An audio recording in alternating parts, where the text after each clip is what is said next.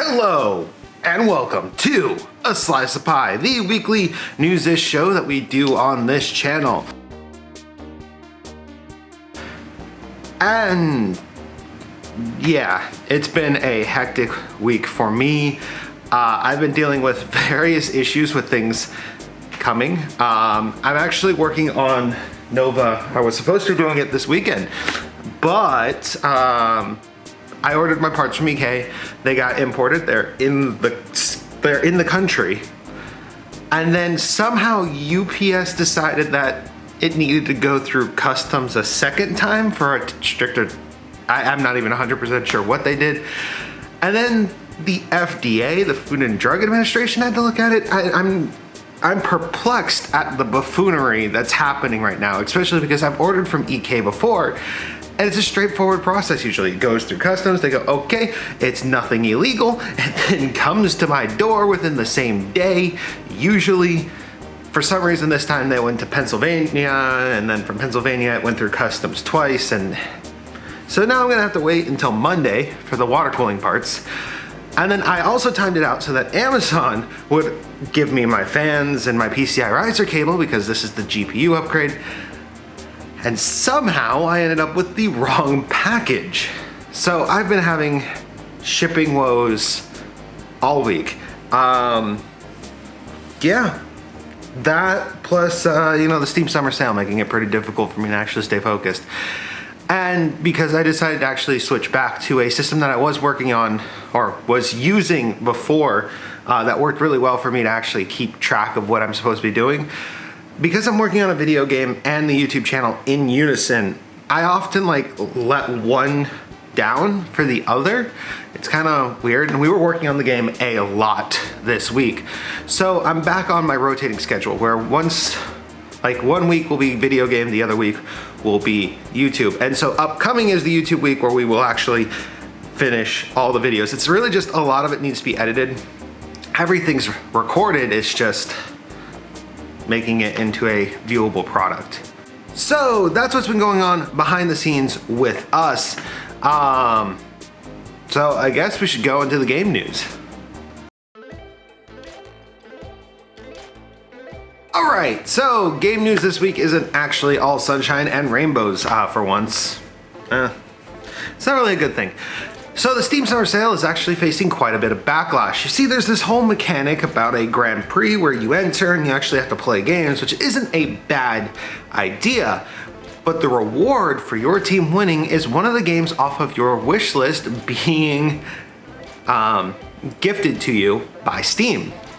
Now, people didn't really understand, is this any game off my wish list or is it just certain games off my wish list? And because of that, they deleted everything that was cheap off their wish list so that they'd be gifted good games, or not good games, but AAA expensive games.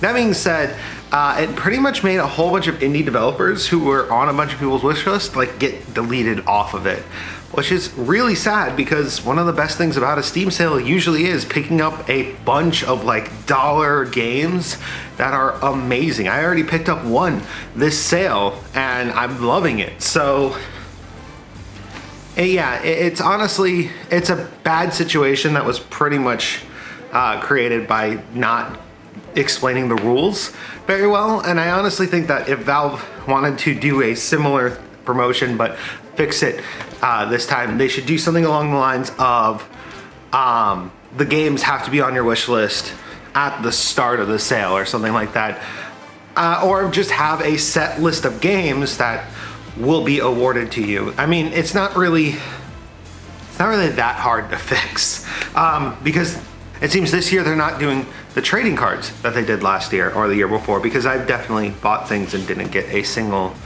item in my inventory that will just sit there forever. The Pokemon Company actually responded to all of the backlash, and hell, I even am working on a script about the backlash. Not about the Pokemon Company, but specifically about the sheer stupidity that I am seeing on YouTube right now. I have seen, it's because I watched one video. I watched a single video to get somebody else's opinion. And now I've been bombarded with people saying, look how easy it is to make all 1,000 Pokemon. And I'm just like, I'm sorry, but it's not that straightforward. You okay, Patrick? Actually, that dab reminds me. Jax Films' Deep Dab was stolen by Fortnite. Seriously. So, Fortnite actually did steal another dance move, and it was Jax Films' Deep Dab. That being said, Jax Films has actually made it into a pretty big joke, created a creator code so that you can actually put the real Jax Films in on Fortnite when you buy his Deep Dab, so at least he gets a little bit of money for it.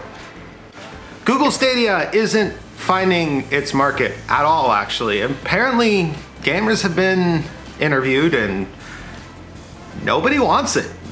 Like, the survey says Google Stadia is not something anybody wants or needs.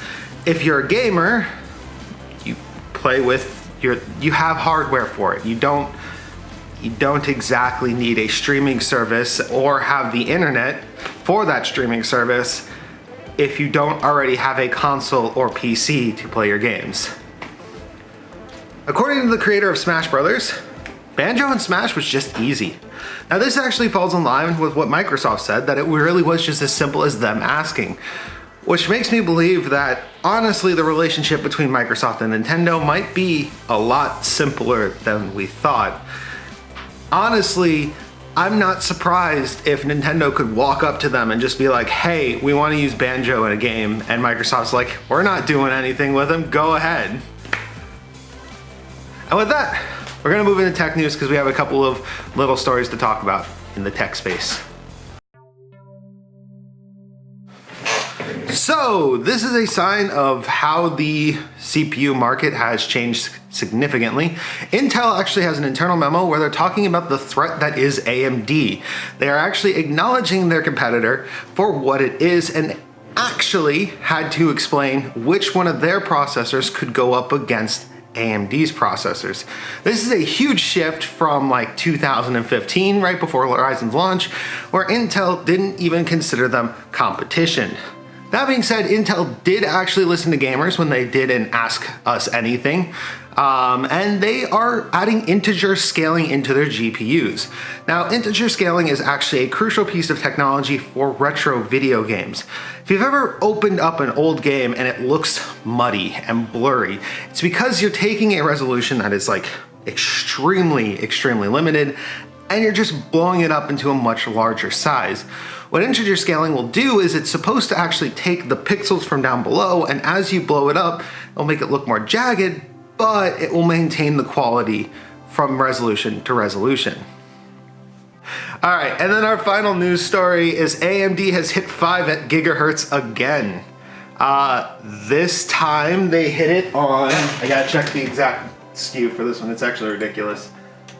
Yeah, the 3950X, meaning the 3950 is their, I want to say I think that's the 12 core variant. 5.2 gigahertz on 12 cores. Honestly, that's amazing. Now, this is probably under liquid nitrogen, and it was done on a Geekbench, which is why we know what it was, but its scores were phenomenal. The clock speeds were amazing. Honestly, it looks like Ryzen 2 is going to be or Ryzen 3. Ryzen 3 Zen 2 is going to be much better for overclocking, which excites me because I have this, liquid cooled system, and I can only get about 14 extra percentage off my CPU. We'll see what happens when I add the GPU, when UPS gets their shit together. Thank you guys for watching. If you enjoyed watching this video, you can leave a like, comment, subscribe. I will be here next week to do this yet again. So, thank you guys. Wolfie, out.